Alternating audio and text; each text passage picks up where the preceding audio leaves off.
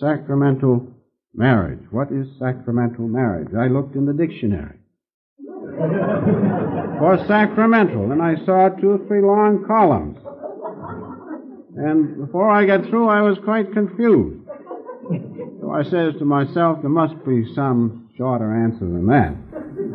And so I decided sacramental marriage is holy marriage. Isn't that better than all those long things? Remember, sacramental marriage is holy marriage. A marriage in which the souls are cemented by the unconditional divine love of God. The Master has said it most wonderfully in a few words. Sacramental marriage is the union of 2 souls joined in marriage to God. Isn't that wonderful? Realize that.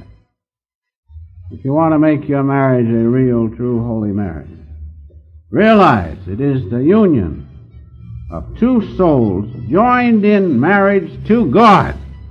That's the cementing medium. The indissoluble bond, realize, of unconditioned divine love of God in Christ consciousness is the cementing medium. And those of you who are married, realize that. If you have found it out, keep on. If you haven't, try to understand that your mate came from God. You would not have had him or her except for God. And that it is the divine unconditional love of God which you first felt when you met that mate. But sometimes it deteriorates into the physical plane and you lose it. But it's there just the same. That indissoluble bond is there. And if you regain it, or if you have it, if you increase it, then both go to God. That's the most wonderful thing. Holy marriage means, in the ultimate, both being married and joined in union in God, both return to God. I'd like at this time just to say a word or two about Gandhi.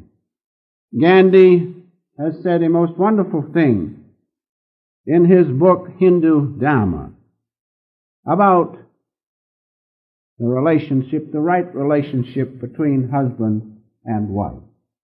He has said it most beautifully. I'm sure some of you have read it. When he says, "My wife moves me as no other woman in the world." Not that she has no faults. I dare say she has more faults than I see. But there is an indissoluble bond there between us. Isn't that wonderful?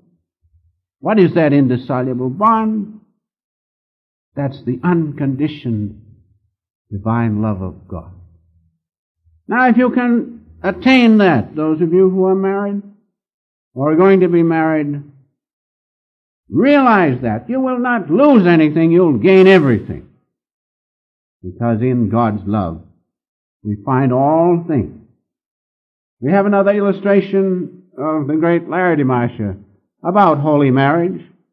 Those of you who have read about his life will remember that there was a time when his wife felt that he was devoting too much time to his disciples and not enough to her.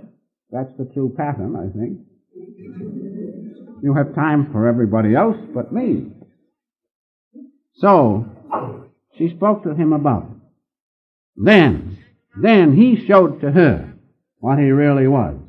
And the Spirit of God manifested through him, so much that she realized and knelt before him and said, "Will you initiate me into Kriya Yoga? Will you be my guru?" Isn't that wonderful? And from then on, they were both realizing that behind their marriage was the one eternal Father's love. And so holy marriage is as simple as that. And until you who are married feel and realize that, and lift it up into the unconditional love of God, in that plane you will not be able to see the difference between ordinary marriage on the physical plane and marriage in God. So do it. Give it a try. Then you will see the difference. And I know there will be only one way that you will go, and that is both will go back to God. Now, there are things which interfere with holy marriage. Marriage is a difficult problem. You know, I know, those who have been married. But those things that are difficult give a great reward if you can overcome them. And so the one important thing is this, that people who are married are in close contact, and unless they are careful, that dignity which should exist between souls, that reserve is broken down. And what happens? The respect may go. That's very important to realize that. The respect may go. You know the old saying, familiarity breeds contempt. You cannot get away from it except you get out of the physical plane, material plane, into the plane of spiritual consciousness. Then you can overcome it. And so, we must remember that those who are married, unless we are very careful with one another, being so closely associated, that the respect may go.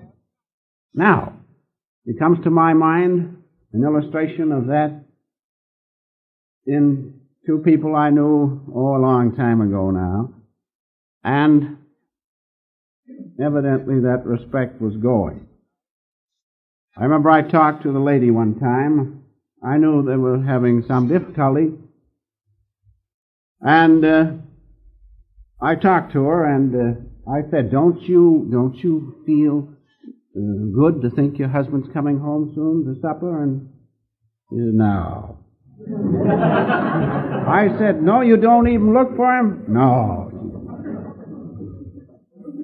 Well, in my own case, I never got as bad as that. I was always glad to see Mrs. come home, and she likewise, in spite of all the struggles and so forth. Because there was that indissoluble bond, thanks to the fulfillment of it through the efforts of the Master. I must give him the credit. So this lady, I said, you don't feel that? No, she says. When I hear that automobile, they lived on a hill. She says, when I hear that automobile coming up the hill, I get all a quiver, she said. And when he comes up the back stairs and comes into the kitchen, I could take a chair and let him have it. I said, you don't feel that way? She says, absolutely. Well, I knew I had a problem on my hands. It wasn't long after that before up the back stairs came the man. I don't think he got the chair. But he turned around and walked out, went away. And so I did have a problem. And I remember speaking to them, and they had one boy. And I said, for the sake, they both were good people. He was a most honorable man, but he wouldn't talk, that's all. He was one of those quiet fellows. And I know that lots would want him, but she didn't. She wanted one who talked. And so I had to adjust that. And about the boy, I was able to talk to them and say, now for the boy's sake, won't you just think of that? And they both were reasonable. They were students of self-realization. And so they did. They came together, and just not long ago the man passed away. They had remained together. And so there was that bond there, but it had to be brought out. And it was difficult when the marriage had degenerated into such a condition as I have spoken to you about. But by the grace of God, because they were believing, as we read in our scripture, they did come together and live happily, perhaps not altogether happily, but they lived together, and the marriage was saved. I think of a little story comes to my mind at this time. These three gentlemen were discussing marriage, and two of them gave their opinions, and they said to the third, Bill, you've been on the sea of matrimony for quite a while, 10 years or so. How do you feel about it? Well, he thought a little bit seriously, and he said, well, he says, to be honest with you, I sometimes wish I'd missed the boat. At least he was honest. Now, going on just a little bit, the things we must avoid is, as I have said, another thing is not to keep the marriage too much on the physical plane. If we do that, in the end the result is nothing, absolutely nothing. Does not everything of a material nature pass away? Does not the duality of consciousness pass away? Is it not transient and changeable? So, by the same law, marriage kept too much on the physical plane will leave both in the end with nothing. And not only that, but ill health may come. And absolute happiness will be missing in the end.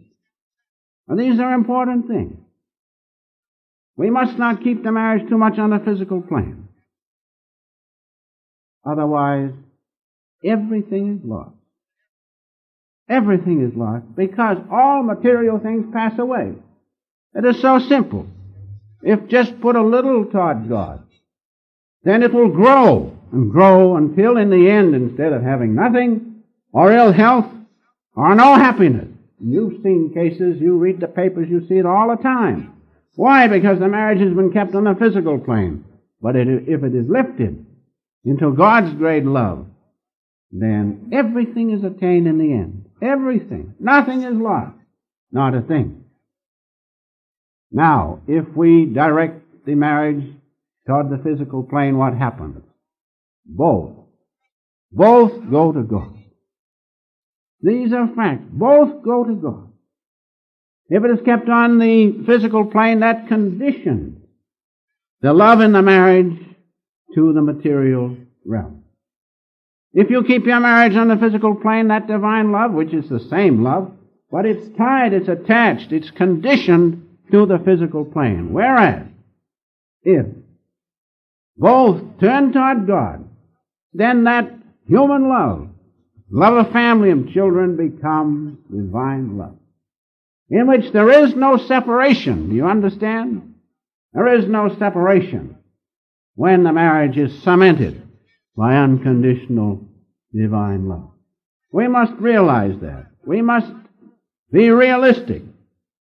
We must understand that if the marriage is kept on the physical plane, he is going to lose her, just as sure, and she is going to lose him, because those things of the physical plane pass away.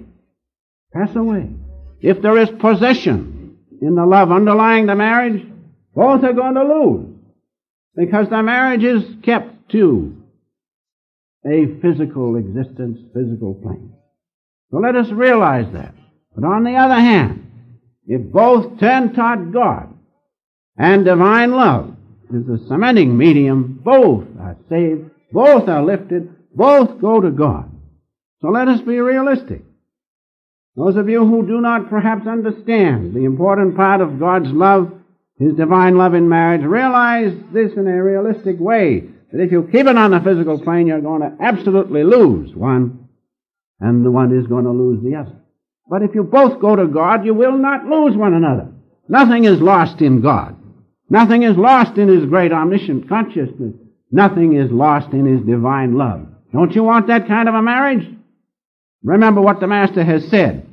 He says, holy marriage is the union of two souls married to God. You understand? Nothing is lost. Everything is gained. That's what sacramental marriage is. It's the marriage of both with God. Now, I have a friend, the Reverend Louis M. Hirschon. I used to know him as a boy. And not long ago I found that he is the Dean of Christ Church Cathedral in Hartford, Connecticut.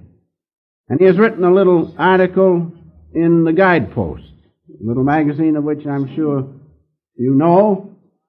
And he has attempted to solve the problem of divorce. And he has succeeded in doing a great deal with that problem. But this is the thing that interested me. He says this thing in his article. He said, I have known church people who became divorced. Yet, in my quarter of a century of ministry, I have not known a single instance of those who have prayed and meditated together, worshiped together habitually, to have been separated. Isn't that wonderful? So those who are united through meditation, and especially Kriya Yoga, which I will come to in just a moment, in God's great love, their marriage is bound to come out right. Their marriage will take both toward God. Now let us go on just a little bit to Larry DeMarsh's example of holy marriage. He is one of our saints. He is one of the masters to show married people the way to live and act and return to God. Many people are married more than those who are single, of course. And so his position as one of the masters of self-realization fellowship is very desirable. I know when I met the master, he told me about these wonderful things and showed me the spiritual light of God and the light of the thousand-rayed lotus. And I felt wonderful, but then I thought, have I got to go way off to the mountains and be alone with all my responsibility of wife and 2 children and practice and so forth? And I said that, and he said, no. He said, one of the greatest things of self-realization, fellowship, is Larry DeMarsh, a married man with 2 children. And so then I said, well, that's different. I felt different, because I felt the responsibility which all, I think, true married people feel. If there is that indissoluble bond, I felt that responsibility, and I realized, by the way he said it, that it was possible, in spite of the fact that one is married with all the limiting circumstances, that one can attain. And that's what interested me. And that's why I have followed self-realization and have done what I can to help others to feel and know the underlying divine love of God behind all marriages, behind all existence. And so Larry DeMarsh is one of the greatest examples. And he said, what did he say? Be in the world, but not of it. Translated into married life. Be married, but be unattached. He said that 2 people can live as husband and wife and in family relationship, and he said, in an unattached way, like the water on the lotus leaf in the pond. You've seen the lotus leaf, or perhaps the nasturtium leaf, and a little bubble of water stays on it unattached. And so our marriage must be that way. Unattached to what? To the physical aspect of it. Not too much physical aspect, but united in that indissoluble bond of divine love. It can be done. Larry DeMarsh has showed it. Many people, I know many people, I see them all the time, who have changed their marriage, transformed it into a divine union by simply following the precepts of self-realization fellowship, following what the Master has pointed out, and giving their effort, plus the grace of God. The marriage is a holy marriage. And that's the most wonderful thing. Now finally, there is one thing which we must realize, and it is this, that meditation and Kriya Yoga is a must of a holy marriage. Meditation and Kriya Yoga is a must. As the Reverend Hirschhorn pointed out, I have never seen those people separated who have prayed, meditated, and he could have added, if he knew it, perform Kriya Yoga habitually, who are ever separated. Now, Kriya Yoga and meditation is a must in holy marriage. Why? Because in most marriages, there is an abnormal condition. The marriage is too much on the physical plane. I think we'll all agree to that. And so, Kriya Yoga enables those married people to get away from the abnormal. Because Kriya Yoga, when properly practiced, will withdraw the life force from the senses and from the outer organs, and it will return to the spine where it belongs. That's the seat of the soul. That's where God's divine love is felt. Now, Kriya Yoga scientifically will withdraw the life force.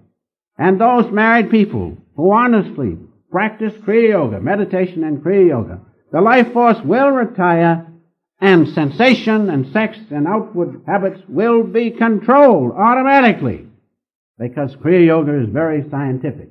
Therefore, you can see that meditation and Kriya Yoga is a must if you want your marriage to be a holy one, because the force that unites two people is next to self-preservation. How can you overcome it by outward means? You cannot. But you can absolutely overcome it by following the Master's technique of Kriya Yoga. Because it is scientific, it will withdraw the life force from sensation and outward habits and so forth. It will retire to the spine, wherein we find the seat of the soul. Now, those things are absolutely necessary. And those who will practice Kriya Yoga will find that the marriage is becoming more pure and holy due to this wonderful practice of Kriya Yoga. Now, the next and final thing is this, that not only is the practice of Kriya Yoga necessary, but when the energy has withdrawn to the spine, then comes this last step, which is absolutely necessary if your marriage is to be holy. And that is, there must be complete self-sacrifice, full surrender, unconditionally, of both husband and wife to God. If you do that, there is no question of a doubt, but both will go to God. Both will, as the Master has said, be married in God. Kriya Yoga is a wonderful asset, but Kriya Yoga is the means. The end is what? Full surrender to God. A man came to Encinitas not long ago, a very fine-looking gentleman, and I talked to him and he said, you know, I was an alcoholic. But he said, one morning I waked up and realized I needed one thing, and that was God. He says, I haven't touched the stuff since. That's what we need in all walks of life, especially in married life. Married people will wake up, especially if they do Kriya Yoga, because Kriya Yoga takes the life force into the spine, and the consciousness retires with it, and the consciousness naturally goes up the spine to the thousand-rayed lotus where God dwells. And we live not in the three lower centers of the spine where sensation is predominant or sex is predominant. We live in the upper part of the spine where God is predominant. Now, that comes as our center of consciousness comes up the spine, then full surrender to God comes. Thou shalt love the Lord thy God with all thy strength and with all thy soul and with all thy mind. If a marriage is to be truly holy, there must be full surrender to God of both husband and wife, because that's the first commandment. And that will come. Absolutely will come. I don't care how tough the wife is, or how tough the husband is. It doesn't make a bit of difference. Let's be realistic. I've seen them. I was pretty tough. But by the grace of God and the Master's effort, as I look at myself, I can't see myself as I used to be. Why? Because I followed what he said, do a little Kriya each day, and then finally he said, you must realize, never mind what happens to me, he said. Imagine. Never mind what happens to me, he says. That light which you see is far greater than I am. That light is God. God alone must be. He says, work out in your life with that one deep desire, one goal, God alone, and you will reach your goal. And so I have tried to follow him. I have followed him. And I can say, I don't care how bad a habit is, how much you are engrossed in worldly things, and how much your marriage is on the rocks if you follow God. Follow him, practicing Kriya Yoga of self-realization, and finally, fully surrendering to God, you will find, you will surprise yourself, you will find your marriage is holy without any mental reservation. That I can attest to you. And those of you who are married, do that. Instead of losing, you will gain all things. Now the great Larry DeMarcia has said one or two things that I would like to read, then I'm through. He says in his little book, The Search and the Searchlight, he says the following, speaking about Kriya Yoga. How wonderful it is and how it is a must. Remember, it is a must. Meditation and Kriya Yoga is a must for married people. Even the great Larry Masha was the greatest exponent of what? Kriya Yoga. That's why we can safely follow him. He says, Larry Masha pointed out that every family man is entitled to learn Kriya Yoga, as it is liberal enough to allow any religious attitude. A serious study of Kriya Yoga requires a continent life. In fact, a serious study of Kriya Yoga will give you that. That's what he meant. The student may or may not be married. A married life is often found more continent than a bachelor one. And so realize that the great Larry Masha says that this Kriya Yoga is suitable for every walk of life, especially married people. But if you follow it, then your life will be regulated. And you will reach that stage of consciousness when you can fully surrender to God. How can you fully surrender to God? With limitations, bodily limitations. You cannot. Kriya Yoga is a must. And finally, Larry Masha, on page 15 of the little book, I will not read it to you, but give you the gist of it. Larry Masha pointed out the importance of, after Kriya Yoga, fully surrendering to God. That's very important. Many people do Kriya Yoga, lots of it. They make the means the end. Kriya Yoga is not the end. What is the end? The end is full surrender to God. That's the end. You will not reach God if you cling to Kriya Yoga. Kriya Yoga is the means. Now, don't think I say don't do it. No. Do it more and more. But after you do it, fully surrender to God. And when you do that, then, as the Master says, there will be a union of two souls married to God. And when that comes, I can say, friends, and I know many of you can say, that your wife or your husband means a great deal more and different to you than before. In them you see the great light and love of God. And marriage takes on an entirely different hue. Marriage becomes a divine thing, because in the husband and in the wife you realize God alone.